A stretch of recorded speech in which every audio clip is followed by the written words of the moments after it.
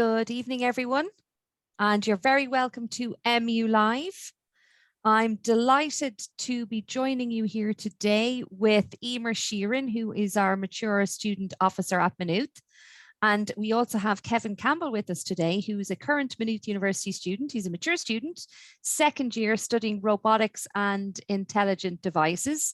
In the background there, you have Deirdre Carroll, who is my dear colleague from the admissions office even. She is going to be dropping in some links into the chat box that might be useful for you for this evening. I'll do the same as well. We really hope that you engage with us tonight, folks. So if you have any questions for us, please do pop them into the Q&A, which you can see in the center of your screen at the bottom. And if you have any questions for myself, my name is Fionnuala Finnegan and I work in the admissions office at Maynooth. So anything about Maynooth University in general, I can answer it. Emer can answer anything related to mature students. And Kevin's story is so interesting. I have no doubt that you'll have lots of questions for him as well. So without further ado, we will get going. Just also to say that the session is being recorded and we will have it available as a resource later in the day. If anyone needs to jump off or if anyone would like a copy of it, you are more than welcome. You just need to send an email into admissions@mu.ie. So anyway, I have talked far too much. I'm going to let Emer give her lovely presentation. Great. Is that coming up okay, Fionnuala?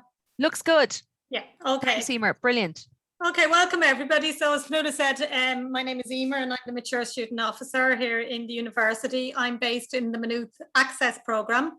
And in the Maynooth Access Programme, our role is to support students coming through the various alternative different entry routes to the traditional leaving certificate. So we support students coming through the mature student entry route, through the QQI further education route, through the HEAR route, HEAR, which is the higher education access route, which is for school leavers who are from disadvantaged backgrounds and underrepresented in third level education, and students with a disability coming through the disability access route to education, the DARE route. So nowadays, people coming in through these routes make up more than a third of the actual student body in the university. So it's a very diverse student profile that we have in Maynooth University nowadays. Sorry, I just have to, this is not moving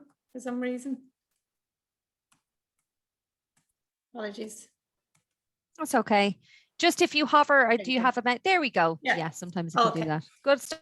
Thank you. So just talk a little bit about the mature students that we currently have, just in terms of, you know, what made them come to the university, their experience, the value they bring to the university. I'll go through the mature student application and selection process as it applies to Maynooth, mainly for our full-time degree courses. So how do you apply, how we select mature students, what we're looking for, and what to expect at the interviews and the entrance tests. I'll talk a little bit about the preparatory courses that we have on offer in the university for people who've been out of education for some time. And I will also just mention some of the supports that we have for mature students, and I'll put up our contact details if people want to contact us afterwards. So I suppose the first thing to say is that there are places reserved for mature students on every single degree programme in the university, and the university is committed to building a very strong mature student community. It's got numerous supports specifically for mature students, and currently there'll be around 600 mature students studying with us across all of our degree programmes on a full-time basis. The mature students do very well academically. In recent years, we looked at their performance in comparison to the general student body and found that, you know, in terms of them completing their degrees, they were doing really well, and also they were overrepresented in the higher grades, the firsts and 2-1s at the end of their degrees. So they're doing very, very well. And the mature students also participate in all aspects of college life. They're members of they form and join the Mature Student Society, and they work as ambassadors for the university and for the Maynooth Access Programme on things like our orientation programs, or the open days like today, and other kind of celebratory events. And many mature students are studying abroad as part of their degree course for a year or a semester, and others are also involved in work experience as part of their degree program. So, and also mature students following graduation, many of them go on to further study in master's or PhD programs, and others go directly into employment. So recently we asked our students what kind of motivated them for coming back to college. So a lot of them said they just didn't have the opportunity to continue education when they were younger. The family mightn't have had the funding to support them to go on to continue in education. Other people kind of mentioned that they just wanted to change in career and needed some a degree level study. Other people said also that they needed qualifications to improve the job prospects in the kind of job that they were currently in. And a lot of people just mentioned that they just wanted to further develop an interest in a subject that they've had a kind of lifelong passion for, like history or English literature or engineering or different aspects of science, and they just wanted to study it in a more structured way. And other students mentioned that the opportunity just arose, that they retired or all of their family had kind of flown the coop, as it were, and they had the freedom now to come back into education and dedicate the time to themselves. So just in terms of the value that mature students bring, the lectures and the tutorials in the university are always telling us how highly they value mature students in their classrooms. They say that they're very motivated, very committed to their studies.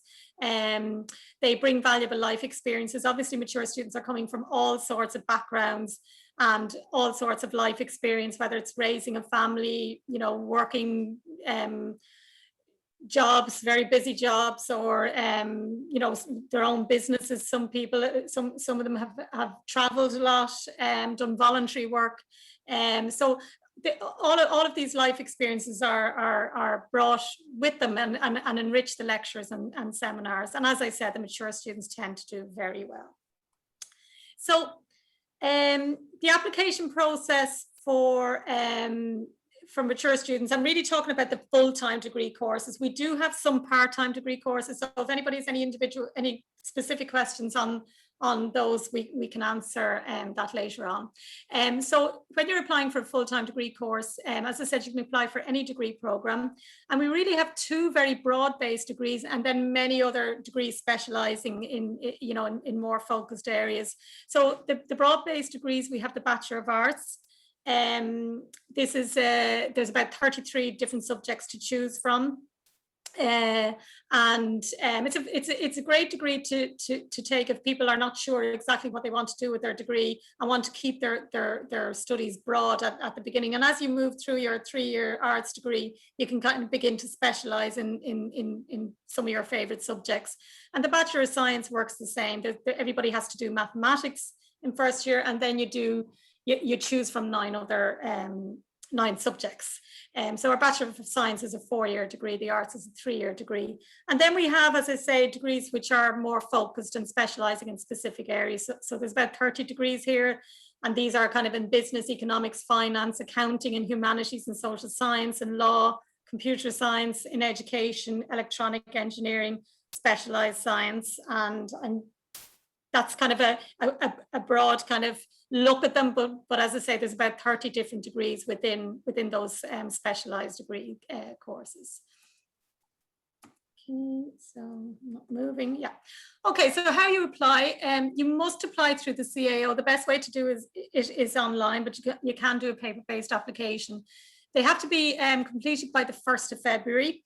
With the CAO, Fionnuala might correct me if I'm wrong here. I think it's €45, but if you get it done by the 20th of January, it's 35.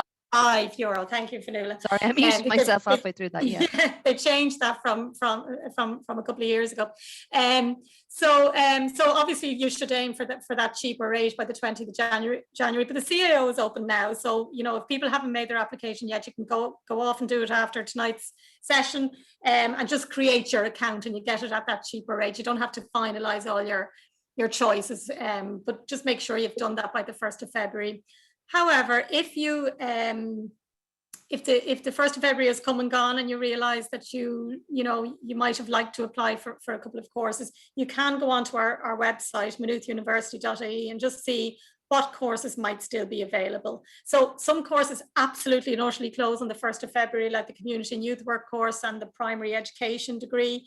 But others might stay open a bit longer, like some of those specialized courses in psychology, social science, some of the science courses might be open to the 1st of March, but you just need to check that out online.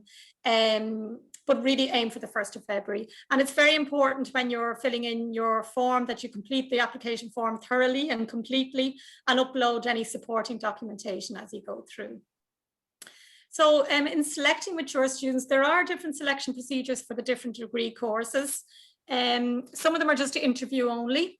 And in those interviews, you are given an opportunity to tell us about your achievements, your academic, your life, your general experiences and achievements, the opportunity to ask questions. And the interviewers will provide tailored advice and guidance to every candidate, because everybody is coming from a different background and has different experiences and different interests. So we do spend the time at interview giving advice and guidance, whether it's on course choice or finance or funding or anything like that. Some of the degree courses, the more specialized degree courses, they've less places available, so there isn't a guarantee of interview for those. So what we do is we ask people to come in and do a written assessment, and then there's a shortlist compiled for interview. So they would be for all of our specialized degrees and all of our science degrees. Now these written assessments, they're not an aptitude test. They're generally a broad question requiring an essay type answer, like, for instance, why do you want to study psychology at Maynooth University? All of our science courses and the psychology also have a numerical reasoning kind of mathematics type test as well, because maths does play a part obviously in all the science and engineering degrees, but also in the psychology courses as well. So that's the written assessments. We have a mature student handbook, which details the selection process for each degree. So we have the handbook kind of outlines all the supports, the application selection, a lot of what I'm talking about today, but in much more detail. But the back of the second half of the book kind of details each degree we have, and information particularly relevant to mature students, like whether it's an interview or a written assessment, what the deadline is, and what specific requirements there might be for mature students. So, excuse me, what we're looking for is, we're not counting Leaving Cert points. People don't have to have a Leaving Certificate, but we want people to be academically ready to take on the degree course. And the best way to show us that you are ready is to have completed a course in education in recent years and successfully, and that in doing that you have acquired study skills, essay writing, meeting deadlines, note taking, presenting, whatever it is, and obviously if maths lab subjects if you're going towards degrees in those areas. We want people also to show us that they have researched into the course that they're applying for, that they understand the structure of the degree course, what subjects might be available, and that they they might come along to open days or gone to one of these talks or looked at our literature, which is available online and in hard copy if anybody needs that. And we also want people to have thought practically about coming back to college. So, you understand how the grants work and what it might cost you, and also have thought about the commitment you're about to make for the next 3 or 4 years of your undergraduate degree course.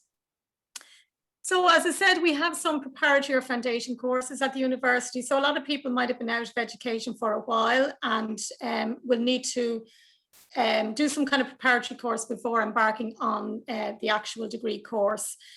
So some people do this in their local community, go to a local college of further education or adult education centre, and that's absolutely fine. We're delighted a huge amount of our mature students come through further education. But some people choose to study on a university campus. So these are the 3 foundation courses we have at the university. The first one there is the Certificate in Return to Learning. That's level 5 on the National Qualifications Framework. And that prepares people for study in the arts and humanities, social science degrees. And if you get 60% at the end of first year, you're guaranteed entry into the BA without having to go for interview. We have our certificates in science, and Kevin, who'll be speaking after myself, has come through very successfully the certificate in science. So we'll tell you all about that. That's a level 6 course. That's a full-time course. The Return to Learning, I don't know whether I said that is part-time. The certificate in science is full-time. And again, on successful completion, 60%, you automatically, you're guaranteed entry into some of our degree courses, but not all of them. And I think Kevin was one of the people who went into one of the others. He did so well on that certificate.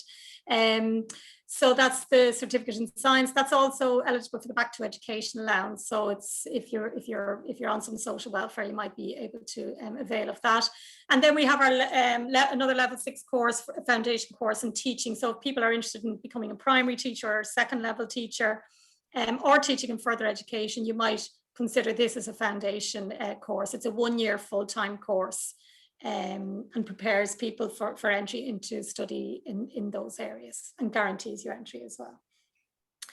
So just generally the support for potential as yourselves might be and registered student after you become a student. So my role in the university is really to provide advice and guidance on everything I'm talking about today: application, selection processes, the courses that we have on offer, the finance and the supports. I'm just doing a very short presentation this evening, but you know, there's an awful lot more information that I can give you. So if anybody is applying or has applied, or you know, in the next few weeks or months is called for interview or written assessment, and you want a little bit of guidance around that, please feel free to contact me. I'll put up my email address at the end and phone number, or if you want more information on courses or finance and funding or the supports that we offer, please make sure that you contact us. And we had our open days on Friday and Saturday just gone, and I know there's a huge amount of recorded presentations available on the Maynooth University website, and Fionnuala might say a little bit about that towards the end, but they're all accessible now, so you can get a lot of information from all the individual academic departments on their courses as well. So that'll be very helpful. The shadowing program, unfortunately, this is a day where we brought potential students in for a day in the life of a university student, but we haven't been able to hold that because of COVID-19 the last couple of years, but hopefully it'll be back next year. So we have, we consider our selection process a very supportive endeavour really for mature students, with the way we approach the interviews and give tailored advice and guidance. We have academic skills courses, so you know, if people are in the course of applying, we might feel that they could do with upskilling in the area of essay writing or mathematics, depending on what degree area you're going for. So we run courses during the summer in essay writing and mathematics, and we've also those preparatory courses that I mentioned with the guaranteed progression. So when you've been offered a place through the CAO and have accepted that, we invite all of the students that we support in the Maynooth Access Programme who've come through all of these alternative entry routes. We bring them in for a 2-day orientation program just to get to know the campus and the college and know all of us and all the support staff, and you know, just to kind of familiarize yourself with the university and what to expect. And then when you've become a student, you're registered, in the Maynooth Access Programme, we have a huge amount of dedicated student advisors. They've drop-in service options. Obviously, in the last couple of years, we've been providing support on virtually. But you know, this year, all of our advisors are in 2 days a week, so you can have the option to actually come into them when you're a student. Hopefully by next September we'll all be through this and back on campus permanently, but just to know that the service never stopped during COVID, and we provide the same level of support. And the support can be around anything from academic, personal, social, financial issues. And if our advisors can't answer you directly, they can direct you to the most relevant support service within the university. We also have within the Maynooth Access Programme the Disability Support Service. So if anybody has any learning difficulty like dyslexia, dyspraxia, dyscalculia, health condition, mental health condition, long-term illness, physical or sensory disability, there are loads of supports to be got through the Disability Support Service. And you would register with them. You can register them after you've been offered and accepted your place. So as early as, you know, mid to late summer, you can register with them, or you can wait until you become a registered student. But if anybody's coming for a written assessment, and just say if you had dyslexia, or you know, you want the department to take that into account, it's just important to provide your supporting documentation, education psychologist report, to the service by the 1st of March, I think it is. So if that's relevant to you, just look up Disability Support Service at the university. Then we provide a lot of support around technology. I know, you know, many people have very good technology skills nowadays, but some of the skills, some of the IT resources in the university might be new to you. So we pile on a lot of technology support early. Obviously, in the last 2 years, we've a lot of our teaching has been online, but now we're back to kind of blended learning at the moment. But we're using Moodle is our virtual learning environment, but we're using Teams and Zoom and all of these things that many of you might be familiar with in your life outside of university anyway. But if you are struggling, or if you're concerned about anything, there is loads of technology support.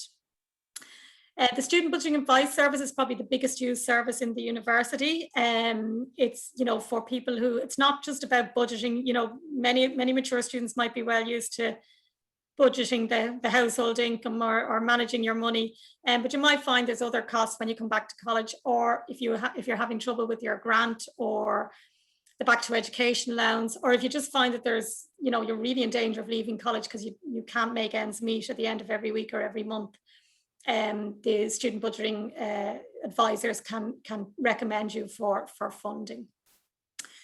So in a kind of broad sense, these are the financial supports for mature students. So there's the grant that covers it's a means tested, and it's means tested on the household income. That covers the student contribution charge, which is €3,000 a year.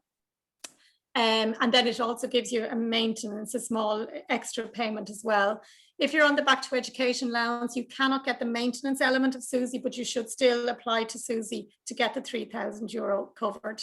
There's other scholarships as well. We have the 1916 bursary, which is a huge bursary worth €5,000 a year. And the university scholarship is a similar amount. And it's very much targeted at people who are very disadvantaged in education, from very low household income, or have an intersectionality of disadvantage, like might be a lone parent from a low household income. You know, so they look at all aspects of people and try and encourage them into university and to support them when they're here financially. So places like the Vincent de Paul or local area partnerships have an education fund specifically for mature students going back into third level education. So you might check that out in your local area. And that website there, studentfinance.ie, has all the information you need to have about third level funding. The Student Assistance Fund and the Student Emergency Fund are funds that you will come across when you've become a registered student. So just to say, the Student Assistance Fund has really, really helped so many people stay in the university. We run it in the Maynooth Access Programme along with the Student Budgeting Advisory Service. Every couple of weeks, we're signing off on 100, 150 students getting funding, and those students can get anything from €300 to €1,000, depending on the individual need. And we're really out there trying to make sure that people know that this fund is there and that they can avail of it. So we do a huge promotion on it every year, but it really makes a difference for a lot of students. And the Student Emergency Fund is a much smaller fund, but it addresses any real emergencies that people have. So finally, that's just my contact details. So my name is Emer Sheeran. I'm the Mature Student Officer. My email is emer.sheeran, SHEERIN, @mu.ie. And my phone number is 708-3307. Or you can contact directly the Maynooth Access Programme. So that's access.office@mu.ie. And the phone number there is 708-4600. That's me. Amazing. Thank you so much, Emer. That was excellent. Sorry, we've been busy away here with a couple of questions. Can I just confirm something with you? A very good question has come in with regard primary school teaching for mature students and the interview process. Am I right in saying that DCU organise that every year, regardless of whether it's DCU or Maynooth or Marino that you're applying to? Yes, that's right, Finola. Yes, yeah. Okay, so they would collate all of the mature students together, applicants, and then they would organize that. Yep, so that's that. Do you apply on the CAO? Yeah, you definitely do. Yeah, and you tick the mature student box. Yes. Yeah, that's it. Do you have any other questions, folks? Please keep popping them in. And while you're doing that, we shall move along to Kevin.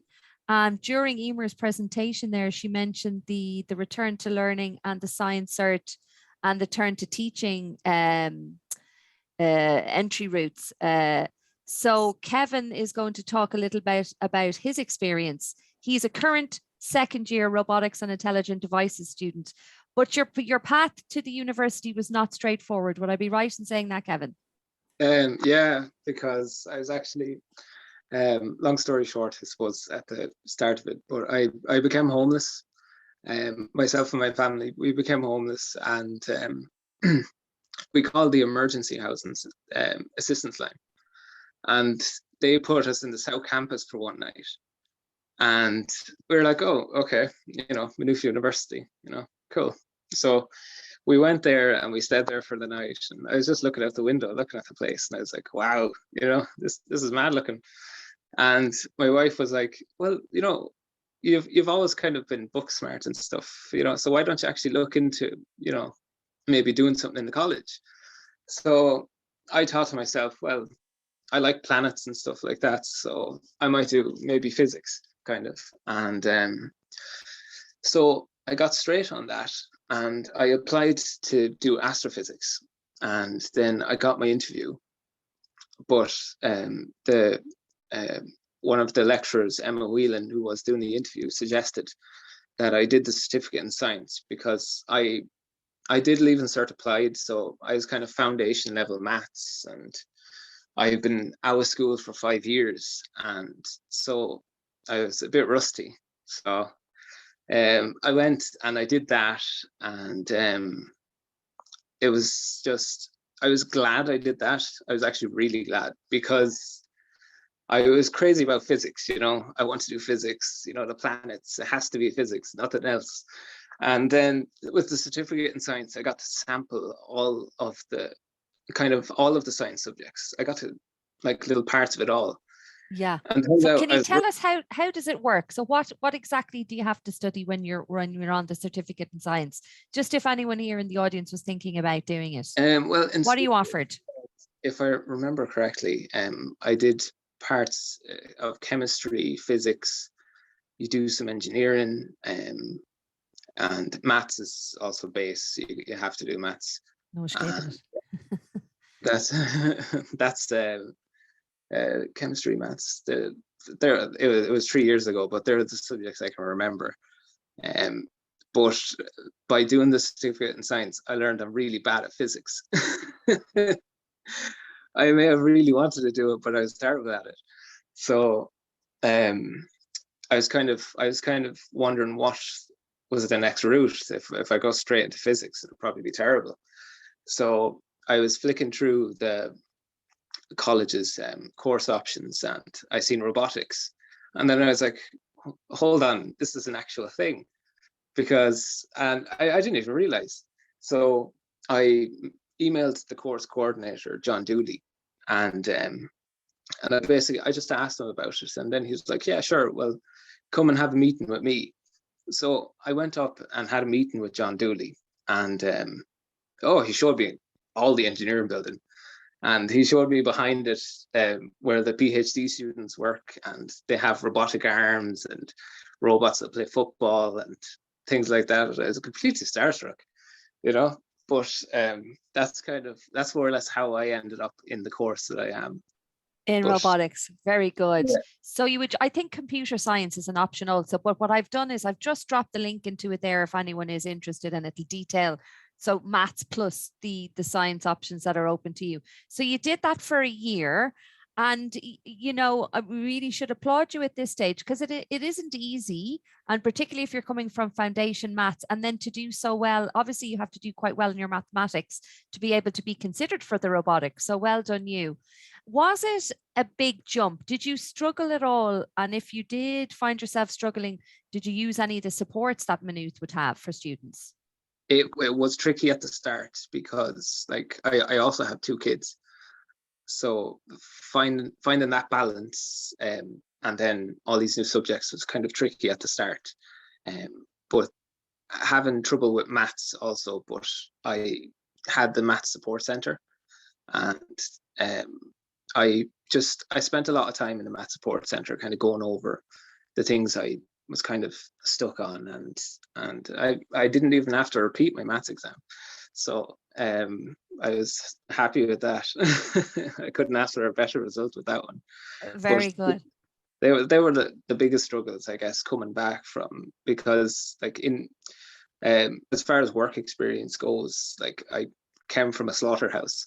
So, like, I mean, that was kind of general operative work was the main thing I've done in my past, like since I've left secondary school. So completely new water. Yeah, absolutely. Polar opposites. And how do you find the course? If anyone here is interested in robotics, can you give us a little synopsis about what you study on a day-to-day? Well, day-to-day, robotics is really kind of a mixture of electronic engineering and computer science. It's just kind of the two mashed together, in the sense of it's an either or, that kind of way. It's a lot of coding. There's a lot of computer languages, like particularly this year I'm learning C, and I'm also coding in Java, which you learn Java in first year as well, but like these are concepts I never even thought of, that would, coding languages, but now I'm able to code. So I can't argue. And this year we have analog electronics as well, so we're kind of basically learning how to build our circuits and make them work. And in addition to that, we have computing for engineers, which basically we have a little Arduino board. It's actually, if I may, this is a little Arduino board, and it's basically, what it does is it does nothing until you make it do something. So you'll just you'll code it, and you can make it flash, you can make it make sounds and stuff like that, but it's that application that just makes it amazing. You know what I mean? It's just, I don't know. Yeah, amazing, fantastic. And actually a question has come in here related. Do you need a science subject to get into robotics if you're coming straight from your leaving cert, which is an excellent question. Actually, you don't. It's a pass in Irish, English, and an 04H7 mathematics. So you don't need a science subject to study on the robotics course. Obviously, Kevin's route was slightly different because he came through the certain science, so he had kind of a foundation of that covered. But if you are a leaving cert student and you're interested in robotics, then it's a pass in Irish, English, and mathematics. What are the points for this year? Well, we obviously won't know what they are for 2022, but last year there were 362. So we always say, aim for that and a little bit higher so as you won't be disappointed. Okay, amazing. Before, let's have a look. I think another question has come in there. Sorry, Kevin. Yeah, that's no problem. Oh yeah, I'm not too sure. So we'll have a look at the international stuff. Maybe they'll have to contact the international office, because we are undergraduate mission CAO kind of EU. So rather than give you the wrong sort of information, it's probably best if you contact the international office. I've only skimmed the question there, so I'm not sure. In terms of then making friends and that kind of thing, how easy or difficult did you find that, Kevin, at Maynooth? I actually, to be honest, I found it really easy. Because it's just everybody's in there for the same thing. You know what I mean? We all have the same goals, so there's that kind of working together that you don't really think, oh, this person next to me is 10 years younger than me. Exactly. I was just going to say that as a mature student, yeah. and now you do look very fresh for a mature student altogether. And who do you go to? That's what I want to know. But like, you didn't feel like you stuck out as mature with the Leaving Cert cohort? No. Like, I mean, sure, there's that initial kind of nerves about starting, like it's, to be honest, the best way to describe it is like starting first year. And you don't really know what to expect. And then suddenly you have this assignment and that assignment, and all those worries go away and they move on to something else. So, there's bigger things to worry about. And that's it. You're a novelty for 5 minutes and then that's it. Yeah. So apart from, is there a club? Is there a society with the robotics? There's the engineering society. Of course. And like, I mean, there's pretty much nearly a society for everything. But I particularly am not in any of the societies, because a lot of the kind of activities happen after 6, and I myself have to go home to the kids and stuff like that. But there's pretty much a society for everything. I was speaking to some of my classmates, and they started an RC society this year. Just What's basically that? anything RC really. So you got your drones or remote control cars, stuff like that. Just basically they kind of take them and tinker with them, and they've started that up this year. So very good. Within Maynooth, that's great. Yeah. Yeah, I suppose that's the good thing about Maynooth, that if there isn't a club or society that that you're interested in, that's not on campus, basically, you can bring a proposal to the Students' Union, and then if you have a couple of people who are also interested, I think you can bring it to fruition quite easily. So that's amazing. So you mentioned you commute. Do you, Kevin? How do you find that? I do. I commute every morning. I get a bus from Athy, and that goes up at 7 o'clock and comes back at either 3 o'clock or 6 o'clock. And that works for most days. Or there's also the option that if you're commuting from Naas, Clane, Sallins, basically the 139 route, that's given by JJ Cavanagh, can cover like it covers all those towns, and it's so frequent as well. So as far as travel and commuting, it's pretty easy to get to the college for me anyway as well. Yeah. And if obviously most people here I'm assuming are mature students, what kind of advice would you give a mature student who, obviously you're married, you have children? How do you balance, the study and home life? And do you obviously it's a full-time course, so I'm assuming you don't work outside of it, do you? Yeah, no, it's full-time. And like, I mean, sometimes it can be hard. You just kind of have to find the flow, I guess, what suits you best, because what suits me may not suit others. You know what I mean? Like, for instance, I was up until 5 o'clock there trying to code something the other day. So it's just, the best advice I could give is just kind of go in and take it slow, in the sense that you don't just go straight running in and go, oh no, I don't understand this, I don't understand that. It's just kind of take it slow and just take it in, and you'll eventually work what's best for you, because no two people are the same. So finding what works for you is the main goal, I think, and it's what people should think about most. Absolutely. And I know that's very sage advice. And don't panic maybe as well, because it's bound to be new to you, particularly if you've been out of education for a while. You know, it takes a while for the cogs to get going again. But I'm sure were you the only mature student in your year at the time? Well, in first year there was myself and another mature student, but they dropped out. And then this year there's actually another mature student, so it's myself and another. But I get on really well with the class. They actually they made me the class rep and everything. So Oh, very good. What does being a class rep involve? Basically, I go to the lecturer if there's any problems at all. If a certain amount of students aren't happy with the way things are being delivered, or they're just generally they're not happy about something in a course or in a module, and they'll just come and tell me, and then I'll be like, okay, no problem, and then I'll go and bring that to the lecturer and speak to them, and it's a process. And then if that doesn't get sorted, then I have to go to the year head, and you know, it's like they're the main kind of things I have to do as a class rep. Fantastic. Do you enjoy the role? Oh yeah, it's great. Because, like, I'm nearly friends with all the lecturers at this stage.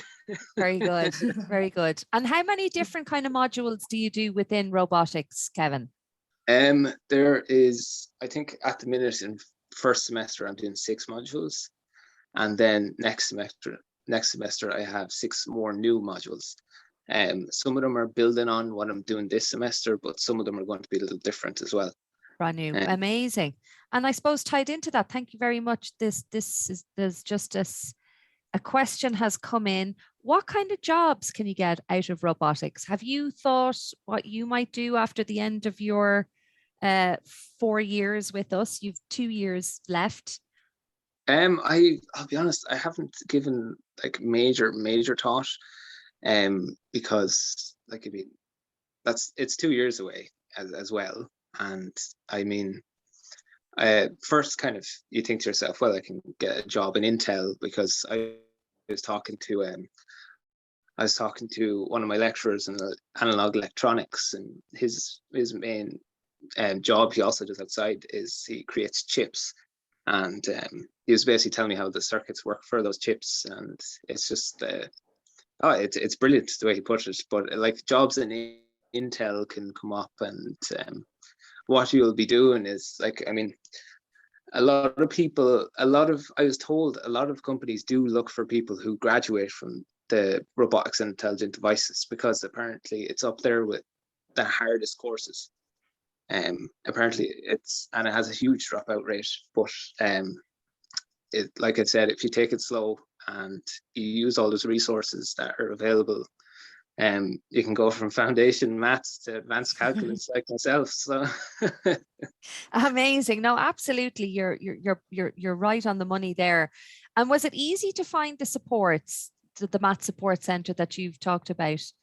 Is that easy to find? Where is it run out of? Is it the library? Oh, it is. Yeah, it's on the ground floor of the library, and they usually send out regular email updates to all the students of basically goings on. And then they also have a website.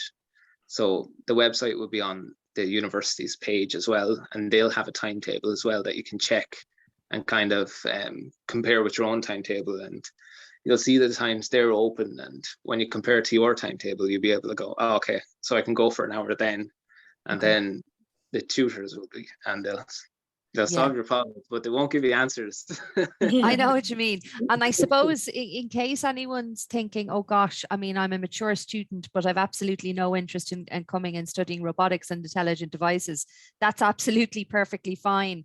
And in fact, it's just reminded me that next Wednesday, we are going to have another webinar on student support. So all of the different supports that are available at Maynooth, whether you're a mature student or a Leaving Cert student, you know, and what kind of support that you might need throughout your time here, be it math support or language support, and where to get it and why you might need that support, and a couple of other students there as well. So if you're interested in that, you might log on next week. And also, you know, I'm going to drop the link then as we converse to all of the other undergraduate degree courses that are available to study at Maynooth. But I suppose Kevin's experiences are about the certain science and the robotics intelligent devices. So it's great to hear it, because I haven't really heard a student experience up to date personally. So it is really good to find out. Thanks a million, Deirdre, for dropping that in there. If you could give advice to your either self in the first year of your study, what would you tell yourself, Kevin? To someone who might be considering starting off, but is really afraid, to take the leap? It's kind of like, I mean, just go for it, in the sense. I know it's so easy to say, well, why don't you just go for it? But you'll be kicking yourself if you don't, because like, it's better to know instead of ask what if. Like, I mean, for instance, you could be, one of the greatest physicists out there, and then, but you wouldn't have known if you didn't go for it, that sense. But that's just what I think anyway. But yeah, so if you don't try, you don't know. And like, I mean, you could excel, but you could do not so great. But the best thing to do is just try and give it a whirl. Absolutely. Yeah. See how we get on. We've obviously, we're navigating quite a difficult time with COVID and everything. And how has your experience differed, I suppose, because you were lucky enough to have started off in a time where there was no COVID, and I'm assuming, although you're a mature student and you have obligations outside of that, but your student experience must have been different, was it, when you compare the two? Oh, it was greatly different, because I was going from lecture halls of maybe 250 people to just watching my laptop screen, and then just kind of, but for me it was kind of interesting at the same time, because it helped me like be able to work at home a lot more, instead of getting distracted, because I didn't have much of a choice during COVID. So it was kind of like, right, well, if I don't study now, I'll be in hot water. But it helped me develop my study skills a lot more. Like even today, I was working on a lab at home with some simulation software, and like, I mean, that's the stuff I was doing at home, so it was brilliant. No, absolutely. And so yeah, a question has just come in here. How many in-class hours is a full-time degree? So do you want me to answer that, or from my own, or? Yes, well, maybe Kevin from yours, yeah, because I think it exactly varies from degree to degree. So roughly, Kevin, what would yours be? Your in-class hours? Well, my in-class hours usually, a lot of days it can go from 9 until 6, at least 3 days of the week. It'll go on 9 until 6. But then you can also have days where you could be in for 2 classes, or days you'll only have the 1 class. It's just, it really varies, and will depend on your timetable, and what course you go for, if that's any way helpful. Yeah, no, absolutely. It obviously, if you're comparing an arts degree, which would have between, maybe 15 and 18 contact hours too. I mean, yours almost sounds like a full-time timetable there, Kevin. What do we talk about? 20, 30 hours, is it a week? It's pretty chock-a-block.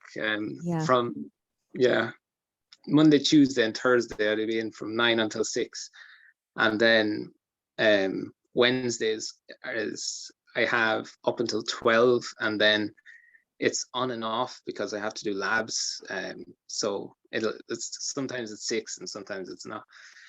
But it's pretty busy. Yeah, it sounds very busy. In fact, you're doing one of the more practical degrees that we have at Maynooth, engineering, robotics, and product design.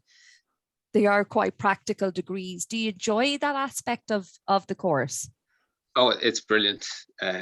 Making the circuits and seeing how it actually works is really cool. And for instance, I was doing a lab in analog electronics, and I had to plug in an oscilloscope which generates a signal, and you get to see the signal like on doing the wave going through your circuit, and you're like looking at it going, wow, that is brilliant. I agree with that. Yeah, I know. Not I quite. built that, you know. I built that, exactly. But and then those practical applications where you get to see basically what using computer language, and basically it's just a bunch of words in the end of the day, but it does stuff, you know. It'll turn that light on, it'll turn that light off, and then you kind of wonder to yourself, hold on, what else could I do with this? And then I start working on my own projects at home. So Very it's good. just it has a lot of practical stuff that you can take home and just kind of run with it. You know, it's the sky's the limit, really. Like once you learn, and the lecturers are always really open to you asking questions, even if it's not related to the lecture they have. If you email them and say, hold on, this circuit is giving me trouble, it's a project I'm working on at home, and they'll be like, oh well, yeah, look, there's your problem there, and then they'll happily help. So there's just so much room to grow and kind of just run with it. Fantastic. And do you do a lot of, would you say, do you do individual projects or group projects, or how are your kind of assignments run out? A lot of my labs are kind of optional. And then you have to do the lab write-up, and they're optional. You can work on them yourself, but you can also work on them with a group, usually up to about 3 people. But usually written assignments from different subjects you have to do yourself, because there's, you know, you got to kind of preserve the academic integrity amongst yourselves, because you can't all have the same answer as well. But most assignments are individual, and then you'll have some group activities, like there's a project in first year actually that you have to build a robot that it will balance a Jenga tower on itself while it drives over a hill. And like, I mean, it was great fun. That sounds crazy. We actually had them crashing into each other instead. Robot wars.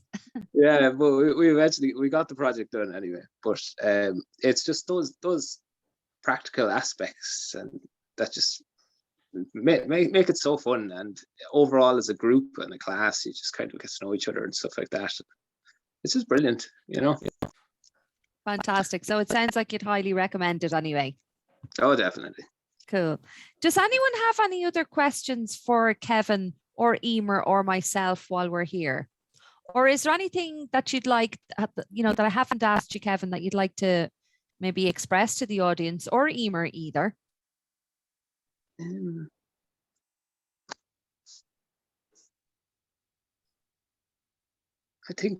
don't think I have anything.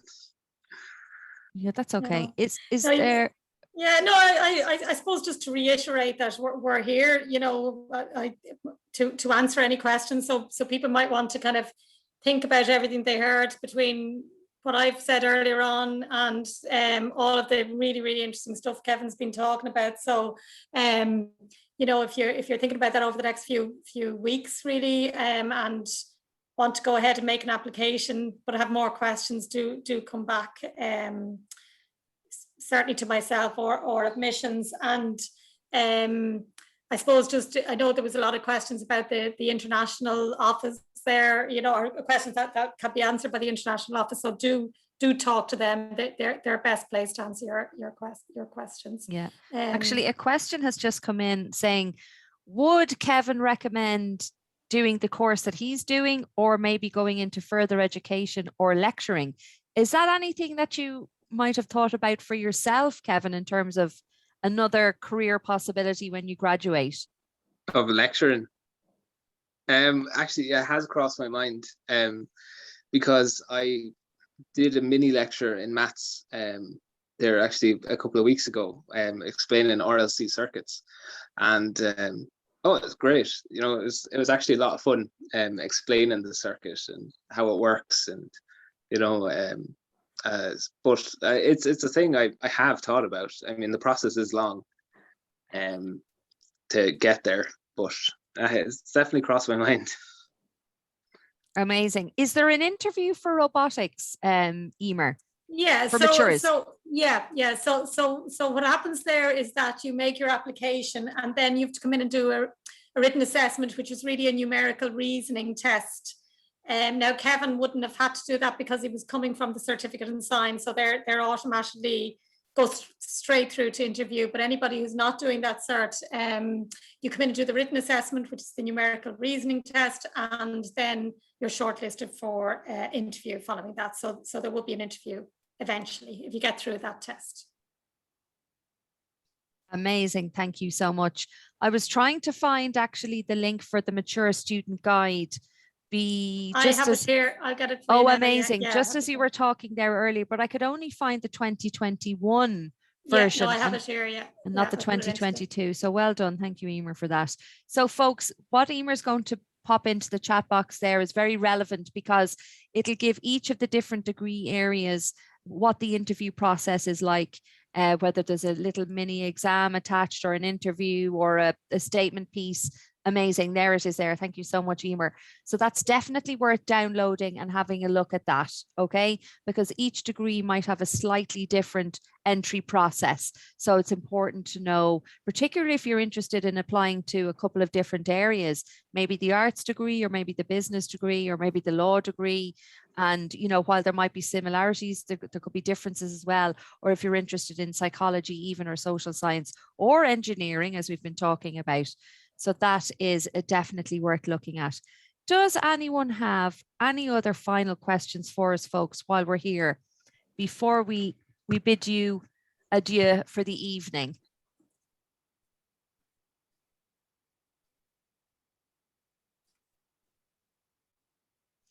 We must have done our job very well this evening, folks. Do you need a science subject? No, you don't need a science subject for robotics. For engineering, you need a H4 equivalent leaving certificate maths. So it's quite a high level of maths for the engineering. And let me just flick here the prospectus and see. And you also need a science subject if you're coming from the leaving cert as well. I'm not sure about the mature entry route for engineering, Emer. Do you know? I'll just check that now. For engineering, generally 304. Is there's a maths exam anyway, definitely. Yeah, so H4 leaving cert maths or equivalent is required, and then there is a maths exam available in late August for students who don't have the H4 in maths. So that still applies to mature students. But if you don't have the mathematics, you know, you might consider the certificate in science route, which is exactly what Kevin has been talking about. So he would have had foundation level maths at leaving cert level. So you know, so obviously that he got through up to taking those high level maths requirement courses. So that might be. Yeah. So just to reiterate, as a leaving cert student, you need a science subject and a H4 mathematics. And for a mature student, you have a H4 mathematics. And if you don't have that, then there's an exam that you can do, or you can do the certificate in science. So just to make the distinction there between the two routes. That's it, guys. We'll wait another second to see if any other question comes in. And if not, we shall say farewell to everyone and enjoy the rest of your evening, whatever you may be doing. Probably putting your kiddies to bed if they're not already there, Kevin. Yeah. Bedtime story and then hit the books. Good man, getting ready for the exams. Okay, look, thank you so much to everyone, to Emer, to Kevin for giving up their time tonight. It was really informative. I hope you got something out of the folks. To Deirdre, who's working tirelessly there in the background, fielding questions. So listen, we hope to see you next week for the student support. And if anyone is actually interested in the arts degree, we have one the following week. So take care in the meantime. Thanks very much. Thanks, Fionnuala. Thanks, bye, Kevin. guys. Bye. Bye-bye. Bye. Bye. Bye. Bye.